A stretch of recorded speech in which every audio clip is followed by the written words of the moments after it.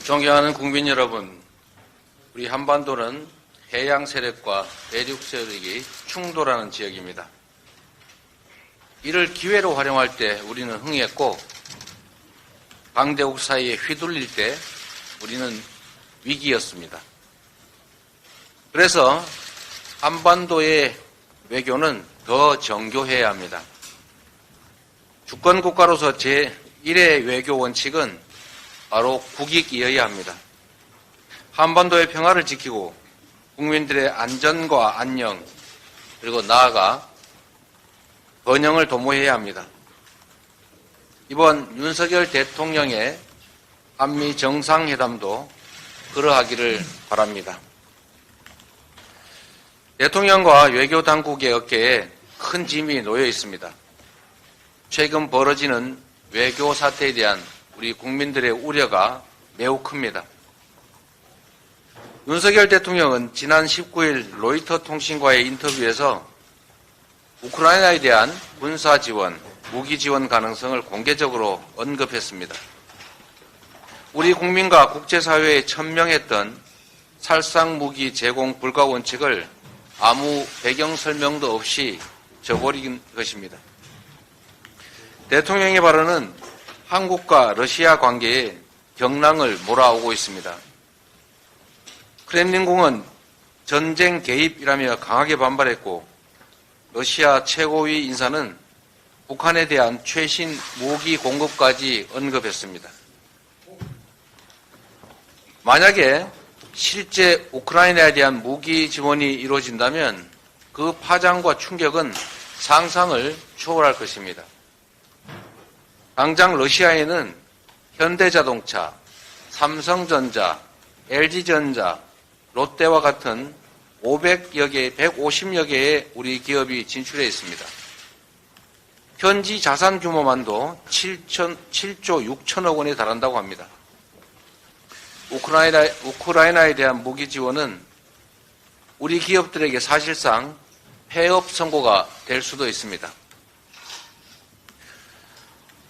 그에 더해서 무기 지원은 북러시아의 군사적 밀착을 자극해서 결과적으로 한반도의 위기를 한층 고조시키고 우리의 안보를 위협할 것입니다. 사실상 한국과 러시아의 관계가 1990년 수교 이전의 상태로 되돌아가게 됩니다. 무엇보다 세계 유일의 분단 국가로서 분쟁 지역에 살상 무기를 제공하는 것은 자가당착이기도 합니다.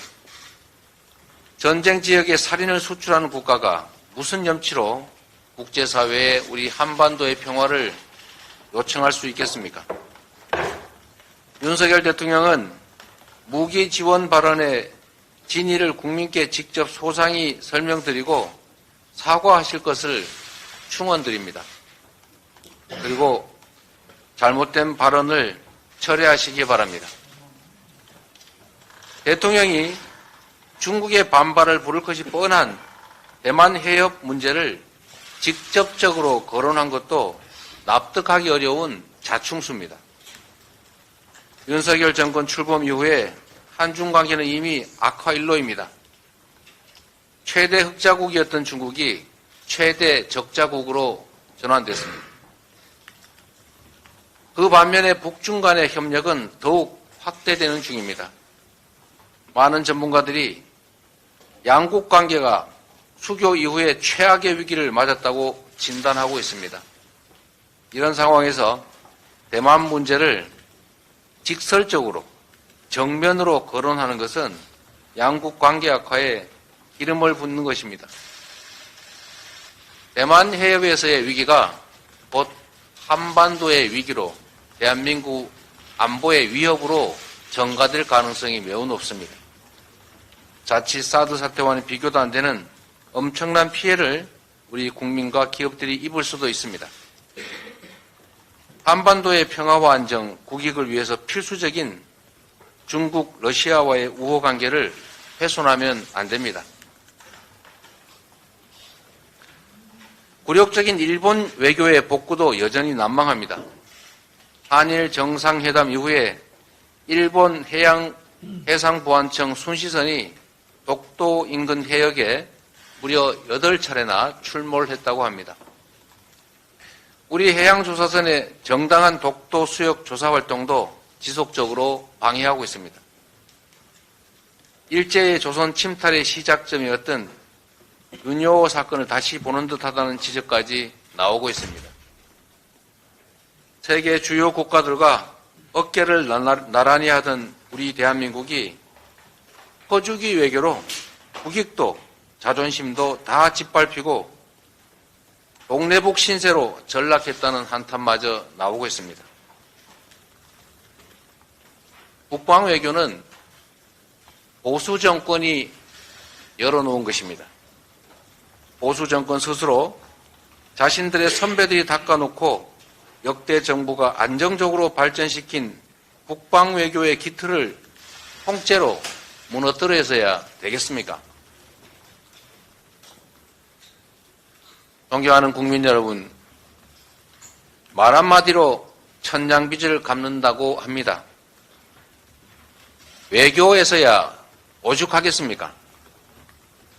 진영 대결의 장기말을 자처하면서 나라와 국민을 벼랑으로 모는 우를 더 이상 범해서는 안 됩니다.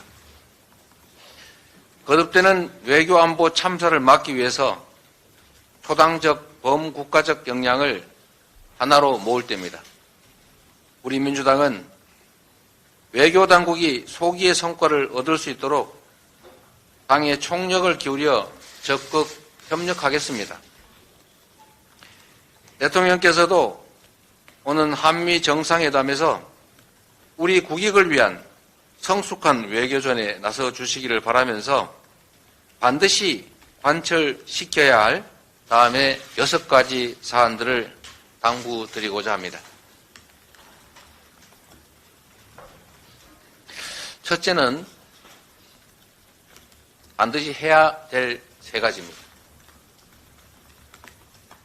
미국의 도청 파문에 대한 우리의 문제의식을 분명하게 피력하고 사과와 재발 방지 대책에 대한 미국 측 의사를 확인해야 합니다. IRA와 반도체 지원법을 한미 정상회담의 의제로 삼아서 우리 기업이 더 이상 피해보지 않도록 동등한 대우를 받을 수 있도록 해결책을 만들어야 합니다. 그리고 어떤 형태, 어떤 방식으로든 분쟁 지역에 살상 무기를 지원하지 않겠다는 원칙을 표명하고 또 관철해야 합니다. 다음으로 해서는 안 될 일 3가지를 말씀드리려고 합니다. 외교는 소리 없는 전쟁입니다. 유의해야 할 것이 많지만 다음의 사안들은 꼭 염두에 두시기를 부탁드립니다. 한미 정상회담에서 우크라이나 무기 지원에 대한 어떤 방식의 합의도 해서는 안 됩니다. 대만 문제에 대한 한국의 불개입 원칙을 관철하고 공동성명 논의 대상에서 제외해야 합니다. 더 이상의 퍼주기 국익 훼손 외교를 하지 마십시오. 국격 저하, 국익 훼손, 국민 불안을 이야기하는 대통령발 외교 참사를 우리 국민은 더 이상 용납하지 않을 것입니다. 우리 민주당은 국민의 생명과 안전, 국익을 위협하는 모든 말과 행위를 막아내는 방파제가 되겠습니다. 분쟁 지역에 무기를 지원하는 문제에 대해서 국민의 대표인 국회의 동의를 받도록 관련법의 제정 개정을 적극 검토하겠습니다. 존경하는 국민 여러분, 윤석열 정권이 이제 곧 출범 1주년을 맞습니다. 축하보다는 보원을 앞세울 수밖에 없는 현실이 참으로 안타깝습니다. 외교 안보의 실책은 돌이킬 수 없는 국가적 재앙을 야기하게 됩니다. 그래서 외교 안보에는 여야가 따로 있을 수 없습니다. 정부가 국민과 나라를 위해 바른 길을 걷는다면 민주당은 전폭적으로 대통령과 정부에 협조할 것입니다. 대통령과 외교당국은 부디 5천만 국민의 생사를 짊어지고 있다는 책임감을 가지고 국익에 기초한 유능한 실용 외교에 전념해 주십시오. 판단하고 결정하고 행동하는 데서 신중을 기해 주시기를 다시 한번 당부드립니다. 고맙습니다.